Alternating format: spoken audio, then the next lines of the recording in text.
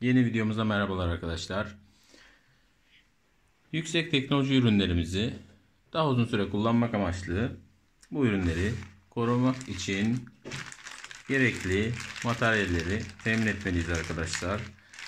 Almış olduğumuz akıllı saatimize kılıf aldık ve bunları sizinle birlikte tecrübe etmek istiyorum. Kargomuzun paketini sizinle birlikte açıyorum arkadaşlar. Evet. Özellikle iki renk aldım. Denemek istedim açıkçası. Metalik renk nasıl duracak saatimizde? Siyah renk zaten saatin orijinali. Öncelikle siyah renkten bir başlayalım arkadaşlar. Kılıfımızı bir inceleyelim. Tam koruma yaptığını yazmışlar ürün açıklamasına. Bakalım gerçekten tam koruma yapıyor mu? Tamamen sarıyor mu saatimizin etrafını? Evet arkadaşlar, gerçekten saatin alt kısımdan başlayıp komple çerçeveyi kordonlar haricinde şu şekilde koruyor arkadaşlar. Kılıfımızı gördük ve beğendik. Bunların linkini arkadaşlar sizlerle paylaşacağım. Videonun altından erişebilirsiniz. Gayet güzel geldi. Bakın. Hızlı bir kargoyla geldi. Sorunsuz geldi. Öncelikle arkadaşlar dikkat etmemiz gereken konu bu. Saatimizin tuşların olduğu noktadan başlayacağız montaja. Daha sonrasında karşı tarafı yerleştireceğiz arkadaşlar. Bakın şu şekilde. Evet. Şu an gördüğünüz gibi arkadaşlar çok güzel bir şekilde oturdu. Esnek bir kılıf. Silikon bir kılıf. Görüyorsunuz. Gayet güzel. Dokunmatiği gayet başarılı arkadaşlar. Bununla ilgili bakın sizin için test ediyorum. Gayet güzel ve başarılı arkadaşlar. Evet, şimdi diğer metalik kılıfımız nasıl duracak? Şık mı duracak? Materyali aynı materyal mi? Yani kullanım açısından son derece şık görünüyor. Evet arkadaşlar. Gayet başarılı, güzel ve şık bir şekilde kordon kısmı haricinde tüm kasayı çerçeveledi. Esnek bir materyal ama koruyucu bir materyal. Gayet şık ve saatimize uyum sağladı. Şimdi metalik renginde deneyelim. Bakalım o da şık duracak mı? Yine çıkarırken arkadaşlar dikkat etmemiz gereken konu öncelikle tuşların olmadığı taraftan sökmemiz gerekiyor saatimizi. Bu şekilde.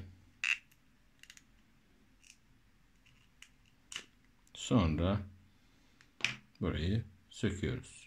Evet. Saatimiz şimdi yeni montaja hazır.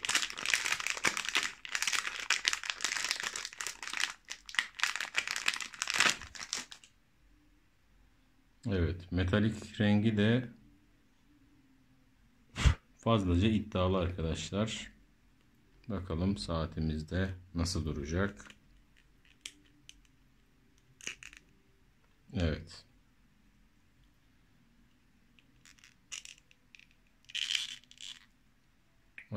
Gerçekten arkadaşlar saatimizin çehresi değişti.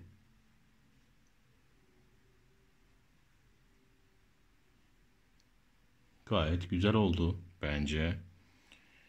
Arkadaşlar kesinlikle tavsiye ederim. Bakın. Çok güzel arkadaşlar. Çok harika oldu. Kesinlikle tavsiye ederim. Herhangi bir camınız çatladığında, kırıldığında çok büyük maliyetler çıkar. Bu tür küçük bir sigorta ile saatinizi sağlam alabilirsiniz arkadaşlar. Sizi büyük masraflardan korur ve bakın kolda duruşuna bakın.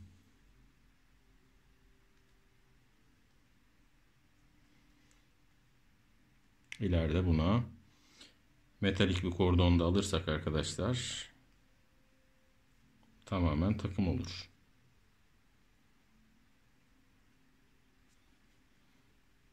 Evet.